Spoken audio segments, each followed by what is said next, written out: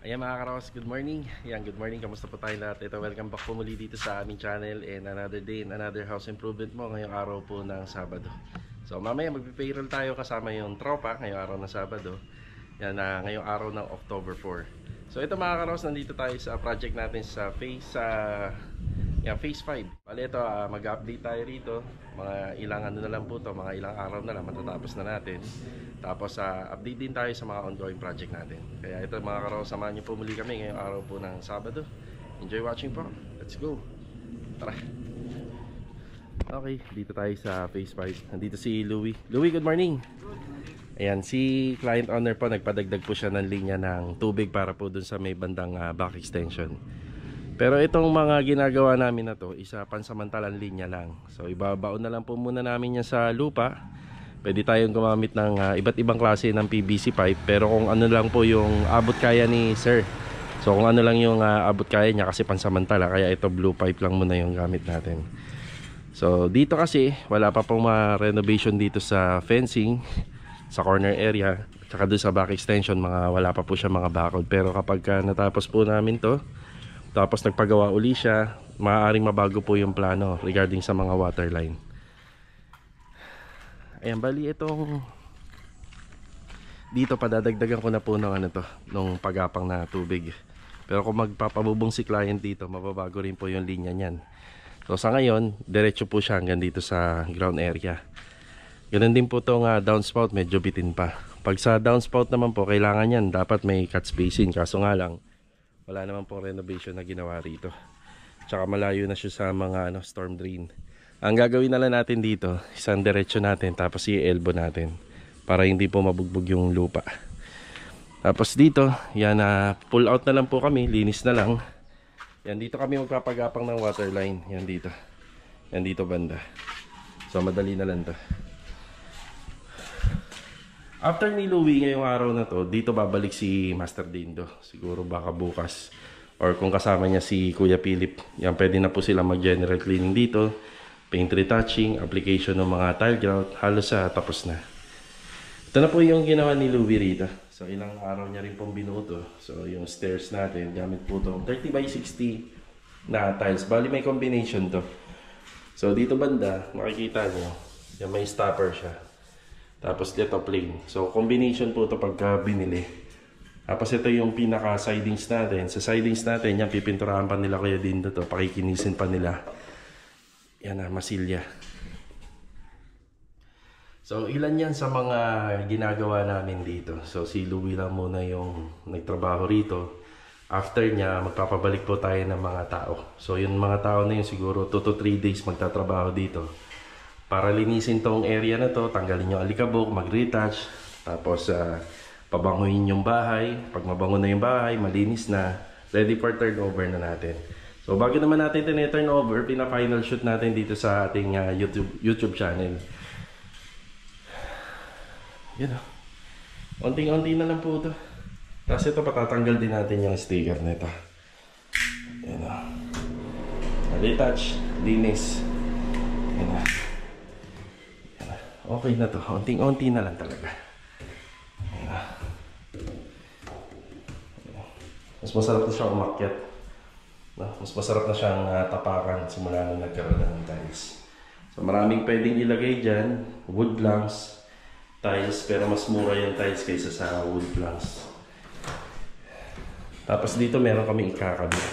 Yung aluminum. Magkakaroon ng frame yung aircon box. Halos tapos na po yan.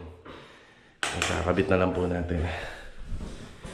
Retouching na lang. Halos tapos na lang. Siya nga pala mga karaw, sa mga nagtatanong nga po pala.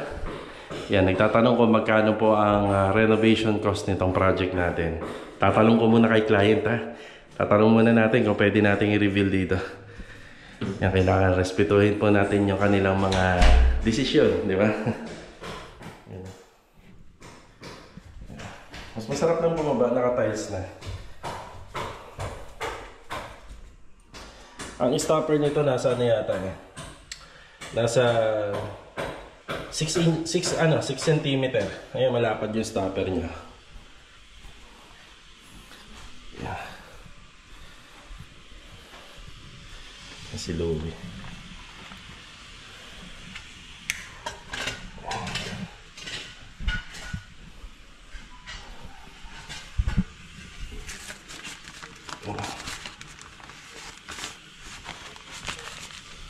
Resibo. Yan, retouching na lang po to. Tapos maglalagay na lang po kami ng ano rito, gripo. Kung mapapansin nyo, dating may gripo to. Yan, sadya po talagang tinanggal na lang namin kasi open yung area. Baka mamaya mapagtripan, wala naman po kasing ano rito, walang bakod.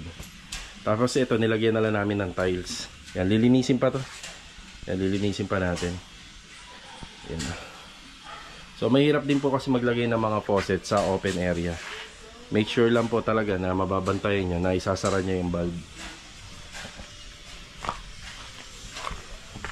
Yan. So marami naman pong dahilan at maraming option. So ito, inabol na lang namin na magkaroon yung sa likod para mas maganda. Pero ang design talaga, wala talagang waterline doon. Nandito lang sa harapan ng bahay. Yung waterline na nilagay namin dyan sa harapan ng bahay, bali pansamantala din po siya. Ngayon kapag nagkaroon po siya ng bakod, yung babaguhin yung linya. Ayan, bali ito yung update dito sa ongoing project natin sa Phase 5. Yan, ganyan lang naman po kami magtrabaho. Etong unit na to, ang turnover talaga nito is sa first week of October. So pwedeng sa linggo o pwedeng ngayon. Pero nung nakaraan kasi humingi kami ng palugit kay client dahil nag-uulan-ulan at saka nagbumabagyo. Medyo nahirapan po kami dun sa project sa Riego de Dios para may mapwestohan lang po si Louie. Doon natin siya pinapwesto hanggang sa may matapos po siya ron. Ngayon, nung after niya ron, dito naman po siya. Ngayon okay na yung hagdanan. Ngayon sa nakikita ko, baka umabot pa to ng mga 2 to 3 days hanggang sa makakompleto at may turnover po natin kay client. So okay lang naman daw kay client, nag-usap kami nung nakaraan bago to ginawa. Okay lang naman na hindi naman daw siya nagmamadali. Importante niya lang malaman kung kailan ang buwan ng turnover kasi syempre may mga pinaghahandaan siya, kagaya ng mga gamit na ilalagay sa kwarto, ilalagay dito sa sopa. Yun lang naman. So mahalaga malaman din ni client kung kailan po talaga yung eksaktong turnover, kahit hindi yung araw, kahit yung weeks na lang para may adjustment. So ganyan po yung ginagawa namin kapag ganito kalalaki lang yung unit or ganito lang kaliit lang yung trabaho. Kahit pa isa-isa, hindi sabay-sabay, at least nakakagalaw po yung gumagawa ng maayos at hindi sila nagsisiksikan dito. Kung pababakuran ni client to, kita naman na natin yung lote niya. Yun nga lang, may mga mako-compromise sa loob kasi may mga nagawa na. Malamang may mga ipapademolish siya sa loob para lumaki yung loob ng bahay. Pero sa mga ibang nagpapagawa ng bahay, kung kontento na sila sa ganitong area lang, feeling ko kahit hindi na po ito yung enclosed wall, mabakuran lang, maganda na. Kung mahilig ka naman magtanim po ng halaman kagaya nito, napapakinabangan nasa part ng area niya, malaking bagay na rin yan. May pinipitas ka kahit ganito subdivision ka lang na nakatira, sobrang laking pakinabang na po yan na meron kang napipitas na panggulay. Diba? Pero ito, sa ngayon ho kasi bawal po talaga tong i-concrete. Ang payo ko na lang po sa kanya, kung gusto niyang i-concrete to, concrete floor. Ito kasi napagbigyan lang tayo rito. Kasi talagang privilege naman nila dahil sobrang taas po niyan. Tingnan mo ilang hakbang yung nagawa namin, ilang steps. So ito, kung nakatira na lang siya dito, yan, pwede niya na lang pong ipaasikaso. Basta mahalaga nandito na siya. Ayan, bali malapit na matapos tong unit ni Sir Jason. Okay naman na po sa bubong. Ayan, nagdaan na po yung ilang mga bagyo, opong at saka yung kahapon. Tapos yung mga window okay naman, hindi naman siya pinapasok ng tubig. Halos okay na. Ang magiging disadvantage dito sa renovation natin, dahil yan na po talaga yung design, wala na tayong magagawa. May pagkakataon na yung screen door na yan, pasukan ng tubig yan pagka may anggi yung ulan. So ang mangyayari, yung loob niya kailangan merong sapin lagi ng basahan yan. So kita niya naman, di ba? Yung medya agwa niya hindi naman ganun kahaba, 60 cm lang yan. So may pagkakataon talaga na papasukin siya ng tubig. Yan. So si Louie na po muna ang bahala rito. Yan, bali ako, nagtatanggal na rin ako ng mga kalat. May baon tayong black bag dito. Basta hindi mabigat, kukunin niya ng basura. Saka kailangan walang laman na solid. Tapos ito, kalat. Hatira na lang kita ng pako ha. Una na ako. Mag-update pa tayo sa ibang project. So ito na yung update. Okay na yung stair. Pagagandahin na lang po yun. Yan, tapos ito turn over natin kay client to na ganito lang. Pero yung loob at saka yung labas, lilinisin po natin yan para halos wala ng kalat. Pagtulungan natin to. Ipasok na natin. Ayan yan, tanggalin na natin yan. Yan, para pag dumating sila rito, wala nang kalat. Lahat yan.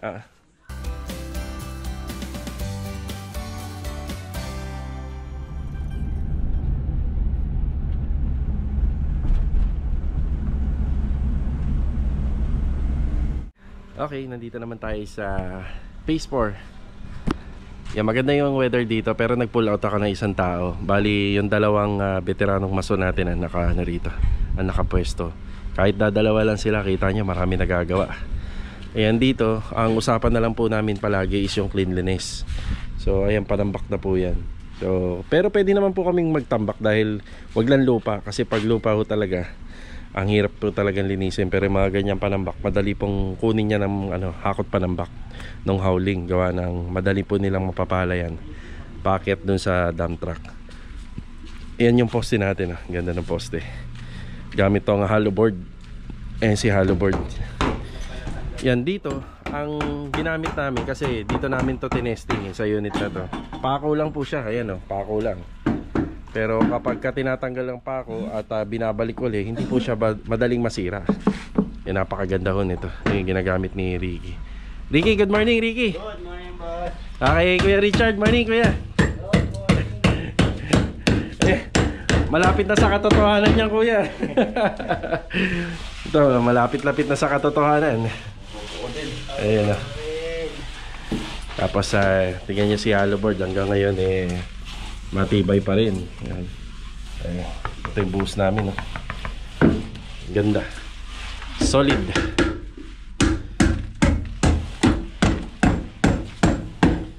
Yan, papadeliver tayo ng buhangin. Kailangan na natin yung buhangin dito. Ayan yung mga napagtibagan. Ayan na nakasako. Tapos buhangin at simento. So ito, may balak na akong ipatanggal po na lahat to. So, pagka makaluwag-luwag po sila, papatanggal na natin yung metal framing dito at saka yung hardiplex. Tsaka itong hardiplex. Yan na. Mga karaos, wala sa kontrata namin na baklasin to. Pero kung magpapatuloy-tuloy naman yung gawa ni client, kasi una, bare finish lang muna kasi kami dito. Para hindi na rin po kami mahirapan, tanggal na po siya, baklas na. Para ang mangyayari na lang, ceiling framing, wiring, tapos ceiling installation. Yun na lang mangyayari. Ito kasi, ang gagawin po natin dito, maglalagay lang tayo ng panibagong breaker. Tapos abang lang yung mga linya niya. Pero yung gagawin natin sa extension, yung may mga linya at wiring na po yun na manggagaling dito. Yan, para hindi na rin kami mahirapan, madali lang naman pong baklasin yan. Saglit lang, papabaklas na natin. Tapos dito naman, ang mga nagawa na nila kahapon na yun, nakapag-demolish na sila. Ito, sagad to. Tapos ang isa sa mga bala ko, kahit open pa yan, pwede ko na po ipatanggal to. Yan, magtitira na lang po tayo ng konting, po rito, konting pader na magsisilbing pundasyon niya pa rin. Tapos dito meron pa Pero ito, hindi ko muna ipapatanggal yun dito. Yan ang purpose ko dito kung ba't pwede na pong tanggalin para ma-pull out na po natin kapag nagpahakot po tayo. Yan, makapagpa-pull out tayo. Konting buhangin pa to kasi yung palitada po sa likod. Wala pa po tayong palitada dun sa likod. Hindi naman ganun kahaba yung likod Tsaka dito sa harap wala pang mga plastering. Tsaka dito. Yan yung harap likod niya at tsaka itong gilid. Kailangan pa natin ng buhangin at tsaka ng simento. Rico, magpapadeliver ako. Saan tayo magpapabagsak nito? Dito na lang. Gano'n na lang uli. Diyan na lang uli. No? Lalagyan na lang uli namin ng kanal. Oo, sige. Para hindi maglumot na sa kanila. Oo, sa kabila. Sige, tama. Yung graba sakto lang. Mag-aano pa po kami, maglalababo pa. Siguro may matitira na konti. Yan, pwede nating dalhin sa next project. Ito, bubusan pa to, tsaka yan. Okay.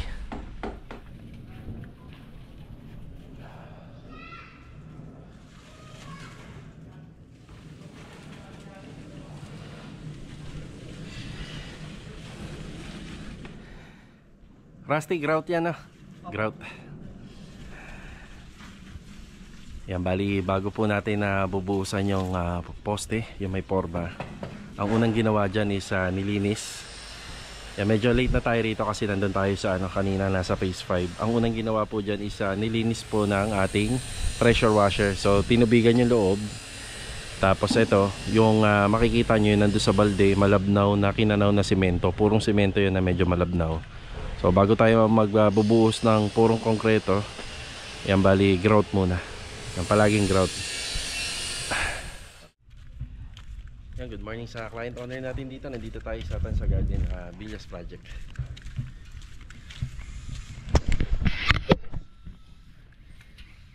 Donis, good morning. Good morning. Hi, Master Jojo, good morning. Good morning. Bali ito, apaw yung materialis sa graba natin dito. Dumating kahapon. Hindi na natin na videohan kasi medyo late na dumating. Tapos hollow blocks. Tsaka yung mga karagdagan na tubular na 1 by 1 and 1/2. Yun. Rusty, morning Rusty. Good morning. Dito si Bilog, good morning Log. Good morning. Sa kay Kuya Boy, good morning po Kuya Boy. Good morning, boss. Yan na. Ito na yung mga pinapormahan natin dito. Yung isang tubo na nakikita nyo, linya to ng floor drain. So mula din po sa second floor, dito na yan bababa. Bali hindi na po siya nakapaloob dun sa poste. Kasi yung poste dito up to second level yung structural finish. Kaya hindi na tayo naglagay dun sa loob. Hihina kasi yung poste kapag ganun. Mababawasan yung ano niya, yung lakas.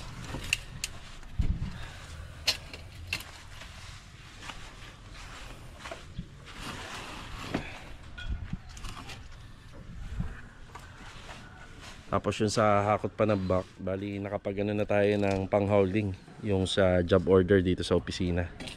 So usap-usap na lang kami ng tropa na anuhin na lang po ito. Pagtutulong-tulungan, tutulungan namin yung mag-hauling mamaya. So may darating na 2 truck. Tapos kung makakabalik pa sila, hanggang 4 na truck. Yan na. Gedon, okay na. Nagpuputol si Adonis.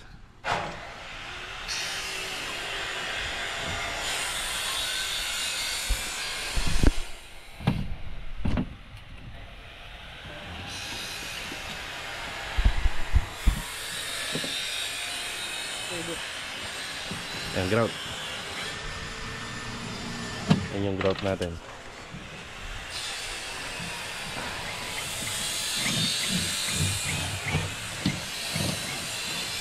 Nung gumagawa kami sa Riego de Dios project, hindi ko na naipakita to. Yan, bali, ganyan din po yung ginagawa namin. Grout. Tapos syempre dapat may may vibrator kapag magbubuhos tayo. Ito, nakabang na si vibrator namin. Yan. So sa Inco, enough na yung ganito. Hindi naman malakihan yung mga project natin Pero kung talagang up to 4th floor, so kukulangin po yung ganito. Poy, good morning Poy. Pinahirapan mo naman Marvin, oh. Kita mo, oh. Morning Vin. Yan. Bili sila ng ng tubig, may inom. Dito naman sa loob may nagnenegosyo ng mga sari-sari store. Kaya kahit pa paano meron tayo nabibilhan ng ganito. Big 2, tubig.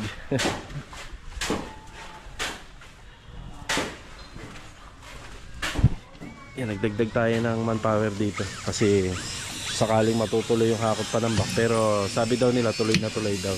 Sakaling matutuloy yung hauling, at least marami-rami po sila rito. Kasi yan sa mga mahihirap na solusyon. Paano natin tatanggalin yan? Isa po yan. Pero dito papayag naman. Kung sakaling kailangan namin paluwagin yung area na yan, dito namin po yan ilalagay. So payag naman yan dito. Yung nag-comment nga pala, hindi po to for sale, may may-ari niyan. Yun nga lang, stock up lang daw talaga. Kasi dapat yan ililipat po nila nung gumagawa kami rito. Hindi na po nailipat gawa ng stock up nga. Pero nangako naman kami na hindi naman po namin yan matatamaan or maano ng damage. Malayo naman yan sa ano namin.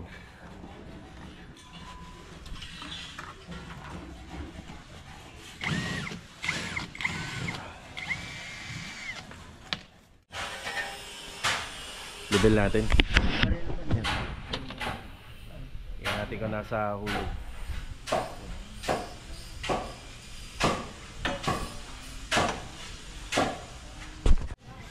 Tapos sa kabila naman.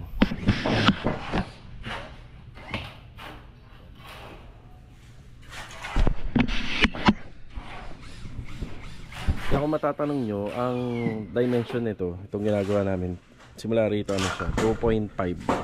2.5. Yan, pero according kay client, sabi nila 2.6 pa sila, pero as per plan, yan 2.5 po yung kinuha natin. Bali yung ending ng poste na to is 2.48 or 248 cm. So 2 cm palitada sa likod.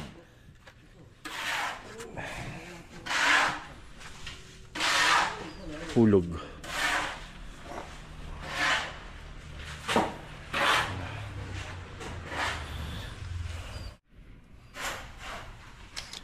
Simula na yung buhos ngayon.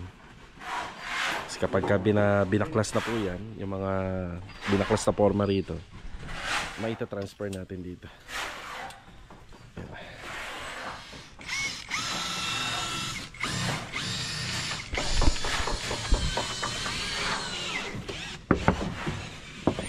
Tibay ni hollow board.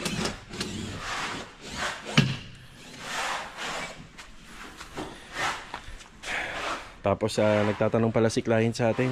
Syempre, garahe to. Minimum dito is 4 meters simula rito. Simula doon hanggang papunta rito, 4 meters sa parking. Yan po kasi yung mga haba ng mga SUV. So, tayo dito sa plano, nasa 5 meters pa to. Pag sinukat natin to hanggang doon. Mas maganda yun kung 5 meters. Tapos 4 meters by 5 meters. Yan ang maganda para may allowance pa. Para yung puweta ng sasakyan or unahan, hindi po siya masyado nakasayad dito sa, hindi po masyado nakatutok dito sa ano, sa pader o kaya dito sa gate. Yan, sakto-sakto lang. Maganda tong bandang kalsada nila client dito. Kasi kung bebuelo siya, maniobra, malaki. Gawa ng dito kurbada. Yan, ano pa, may humps pa. Kaya panigurado yung mga dumadaan dito magme-minor kasi may humps dito. Yung bagyo kahapon, maghapon umulan, salamat kasi ngayon maayos. Yan, ito ang mission natin ngayon, yung buhos tsaka tong mabawasan tong panambak. Yan. May ibang kalat ng tiles dito. Dito ko na dinala yung mga nakuha kong tiles sa phase 5 total naman kasi magpapahakot naman tayo rito.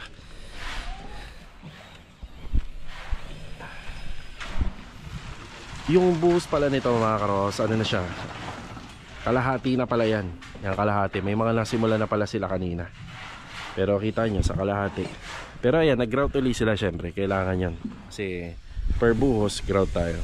Kita nyo si hollow board, wala siyang ano, wala siyang opening, so hindi bumuka.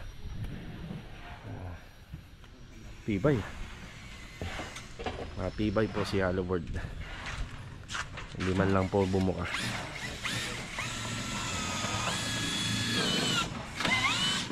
Tapos nagsinturon na lang kami. Ang tawag po dyan, ayan, sinturon yung paikot. Sininturon na namin simula gitna, taas at saka dito sa baba, para siguradong hindi talaga siya bubuka. Yan, buhos na ulit. Tapos mamaya gagamitan ng vibrator para maganda po yung ano natin, maganda yung pagkakabuhos, compact na compact. Bale, ito mga karaos, hapon na. After ko naman galing dito, mag-aasikaso na kami ni Mrs. ng payroll. So ito na yung lagay ng weather natin. Talagang halos araw-araw talagang uulan, no? Kanina medyo mainit na eh. Ayan, bali naiiba nga lang yung kulay ng mga nilagay namin dito. Pero ire-retouch pa yan ng mga pintor pagbalik po nila rito. So ito na yung karugtong ng tubig na nilalabas ng split type unit aircon. Tapos dito naman, nadugtungan na po natin to. Ayan, pababa. Tapos yung additional faucet namin dito. Ayun. So bali mga naka-expose na lang po yan. Kapag halimbawa ay nagpa-renovate naman na po si client, lahat po yan babaguhin at ilalagay na sa pulidong area. Since nasimento na ho kasi namin to, itong step na to, dito na lang po namin yung pinadahan. Pero mababago din yung linya yan kapag nagpa-renovate na. Ayan, tapos magkakabit si Louie rito nung canopy. Ayan. Kakabit na lang siya, tapos halos dito okay naman na lahat. Ito yung stairs natin, yung hagdanan, halos ayos na. Diba?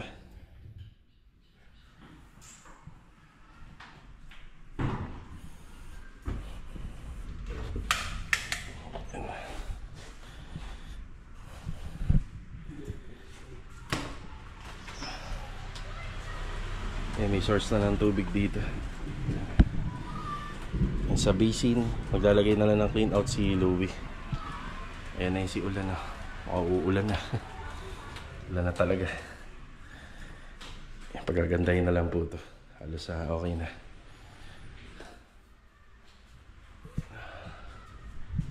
Sa stairs, hagdanan natin. Matatapos na ito. Bale, ito mga karaos, hanggang dito na lang po muna yung vlog natin ngayong araw po ng Sabado. Tapos mamaya magpapa-payroll po tayo kasama yung tropa. Yan, nakikita nyo, napakalakas po ng ulan. So papunta muna tayo ng Garden Villas, babalik po tayo ron. Bale, ito mga karaos, habang nasa biyahe po tayo. Yan, shoutout kay Sir Joshua Gayu. Yan, gusto niyang palagyan ng part by part yung video. Sa dami po kasi ng video na ginawa natin, napakahirap na po itong isa-isahin. Maigi na lang po i-click nyo yung notification bell button para naka-notify po kayo kapag nag-upload po kami lagi ng video. Yun lang po. Maraming salamat. Shoutout na rin po kay Sir Basi Vetan Marty. Yan, God bless. Maraming salamat po sa palaging pagsubaybay dito po sa amin. Tapos akala ni Sir Renelki B na si Kuya Dindo doon nagsasalita. Hindi po, AI po yun. Gagawin ko na po yung ganyan kapag yung boses natin talagang paus para syempre maintindihan nyo. Mula naman po sa tanong ni VV Sarmiento, ano daw ba yung the best na pang-kisame? Yung pang-matagalan na. Kung ako yung tatanungin nyo, yung pang-matagalan talagang kisame, yung Pisum board. Pero syempre, masyado siyang plain, masyado siyang neutral, walang design, at saka prone siya sa crack, no? Kung sa panahon ngayon, mas maigi po is gumamit na lang po talaga ng PVC panel. PVC panel kapag mataas ang kisame, pero pag mababa, mag-Pisum board na lang kayo. Kasi prone naman siya sa damage kapag mababa. Tapos sa tinatanong niya na bubong, syempre mas makapal, mas maganda. Pero kailangan pagka makapal ang bubong, syempre mabigat yan, maganda yung structural framing. Shoutout na rin kay Maria Aurora Rodriguez. Yan, halos matagal na po nanonood to sa aming channel. Halos lahat kilala niya. Ayan, di ba? Maraming salamat po. Naman po kay Sir Paul Andrew Beron. Tanong niya, pwede daw ba lagyan ng half court ang 400 square meter? Sagot naman po natin dyan ay pwede. Kasi ang isang full court ay meron 28 meters by 15 meters. So, pwedeng lagyan. Kay Sir Alan Laureano. Yan, minsan humihina daw yung audio. Opo, kasi pagka malakas po talaga yung yung hangin, nangyayari po yan. Yan, shoutout na rin kay Sir Hershey Bacani. Yan, God bless. Yan, ingat palagi. Tapos yung tanong naman ni Ma'am Rosalie Galang, yung 12mm po na binili po namin na hollow board, yung PVC board, direct hardware lang po kasi kami, kaya medyo pricey.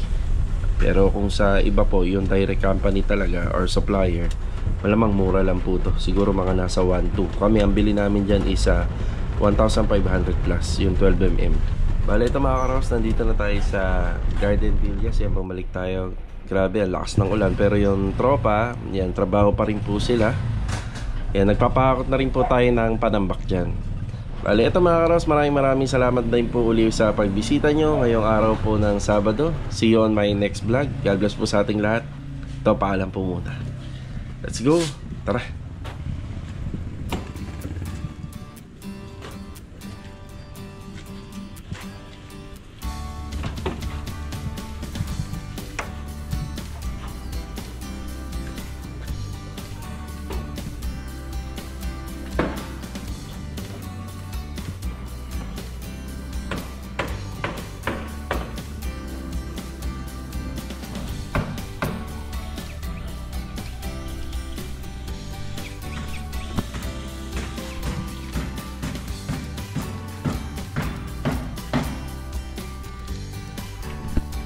Payroll tayo, payroll. Panlaban sa init. Noodles. Ayan eh. Umay. Handa ni Louie. Happy birthday mo na kay Louie! Happy birthday!